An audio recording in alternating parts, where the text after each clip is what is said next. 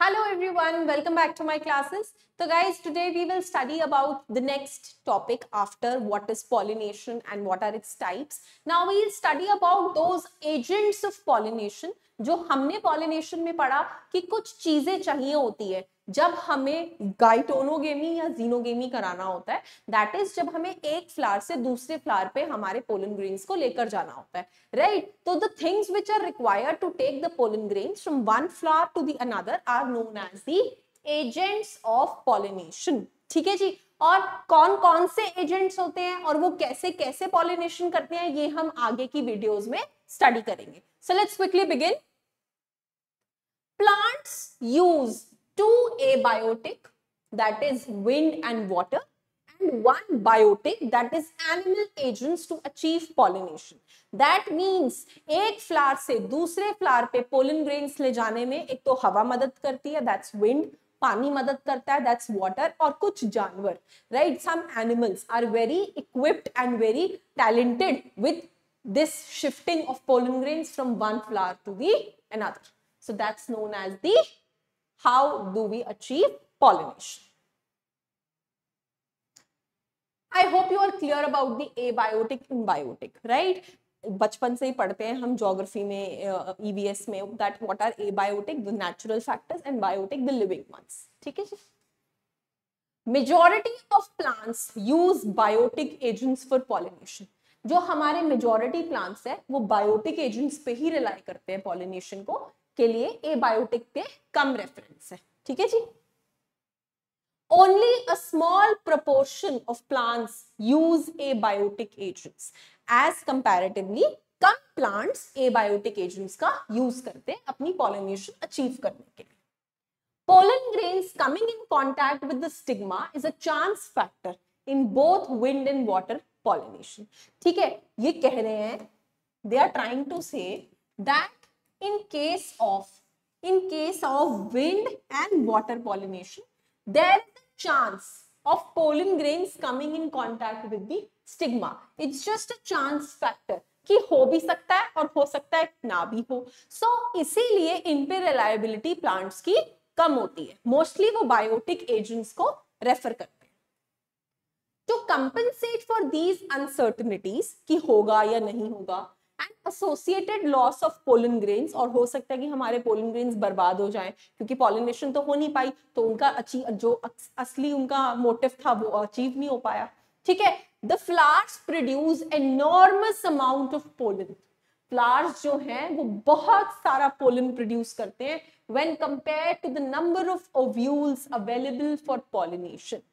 ठीक है. सो इसी को कंपेंसेट करने के लिए कि विंड और वाटर से भी हम ट्राई करेंगे, वी विल ट्राई, लेकिन हो सकता है कि पोलन ग्रेन्स वहां तक ना पहुंचे. देयर आर ऑलवेज अनसर्टेनिटीज और चांस फैक्टर्स. तो इसीलिए सेफर साइड पे जो हमारे प्लांट्स हैं वो अबंडेंट खूब सारे पोलन ग्रेन्स रिलीज करते हैं. Abundant of pollen grains are released as compared to ovules, क्योंकि ovules ने थोड़ी उड़कर जाना है, पोलन ग्रेन्स ने आना है. ठीक है जी. तो as compare to the number of ovules available, pollen grains का अमाउंट काफी ज्यादा प्रोड्यूस करते हैं प्लांट्स, ताकि इन केस ना भी हो पाए तो उनके पास spare number of pollen grains available. ठीक है जी. Now let's talk about pollination by wind, कि विंड से पॉलिनेशन कैसे करते हैं plants. So pollination by wind is more common amongst abiotic pollinators. मतलब दो है हमारे पास abiotic, that is wind and water. Out of both, wind is more common. Wind ज़्यादा common है as compared to water in terms of bringing about pollination. Wind pollination also requires that the pollen grains are light and non-sticky. अब ये कुछ characteristic feature मैं कहूँ होने चाहिए plants के pollen grains में ताकि वो wind pollination achieve कर सके. कौन कौन से? कि उनके जो pollen grains हैं वो light होने चाहिए, हल्के. They should be non-sticky, चिपचिपे नहीं होने चाहिए, क्योंकि अगर चिपचिपे होंगे तो वो उड़ेंगे ही नहीं ना हवा के साथ. So that they can be transported in the wind currents. Very obvious. कोई भी चीज हमने हवा में उड़ानी है, अगर वो चिपचिप होगी तो वो हमारे हाथ को ही नहीं छोड़ेगी ना यार. Also it should be lighter, light होगी तो वो आसानी से हवा में उड़ जाएगी, हैवी तो वो वापस आने की टेंडेंसी ज्यादा रखती है। ठीक है जी, so these are the two major features, that is light and non sticky, to achieve wind pollination. They often possess well exposed stamens. उनके stamens काफी अच्छे से exposed होते हैं।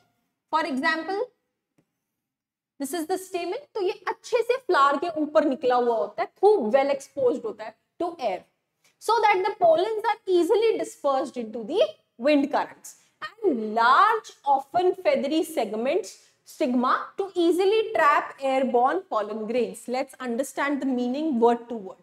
ठीक है, यहां तक हो गया कि वो डिस्पर्स हो सके विंड करंट में, इसीलिए फ्लावर के ऊपर अच्छे से स्टेमन एक्सपोज होता है। And large often feathery stigma, और जो स्टिग्मा है वो भी थोड़ा साइज में बड़ा होता है, थोड़ा सा फेदरी होता है। ठीक है जी, टू इजिली ट्रैप, ताकि उनके फेदर्स में आसानी से ट्रैप हो सके क्या, एयर में उड़ रहे pollen grains, airborne pollen grains. ठीक है जी, so stigma should be large and feathery enough to trap the pollen grains, and pollen grains should be light and non sticky to easily flow into the wind current. ये दो factors के होने से pollination जो wind से हो रही है दैट इज गुड स्टिम्युलेटेड। ठीक है जी, wind pollinated flowers often have a single ovule in each ovary and numerous flowers packed into an inflorescence. What is an inflorescence? जब ग्रुप ऑफ फ्लावर्स इकट्ठे एक ही बंच में पैक्ड होते हैं उसे inflorescence का नाम दिया जाता है। हर फ्लावर में एक स्टिग्मा, और स्टिग्मा के अंदर है हमारा सिंगल ओव्यूल। ठीक है जी, तो उसके अंदर जितने भी हमारे स्टिग्मास हैं, हर स्टिग्मा के अंदर single ovule present है in each ovary.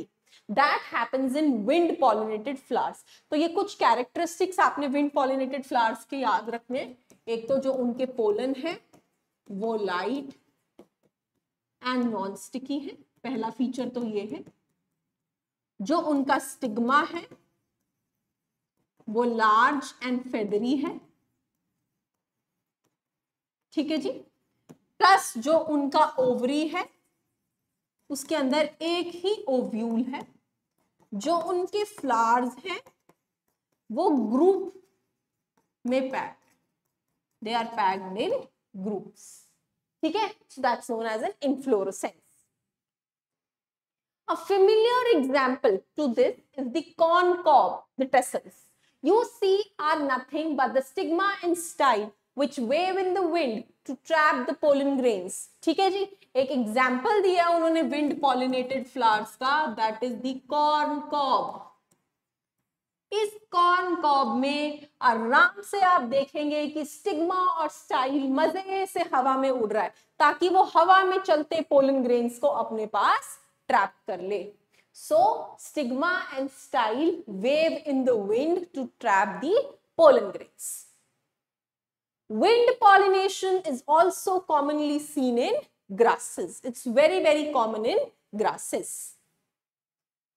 ठीक है जी, so that was about our introduction to agents of pollination, कि कौन कौन से agents होते हैं, and we studied the first agent, that is the wind. तो विंड के फ्लावर्स की कैरेक्टरिस्टिक पढ़ी, एग्जाम्पल्स पढ़ी और समझा कि उसकी पॉलिनेशन कैसे होती है। In the next video I will be bringing up with water pollination and continue then with insect pollination और animal pollination. Thank you very much.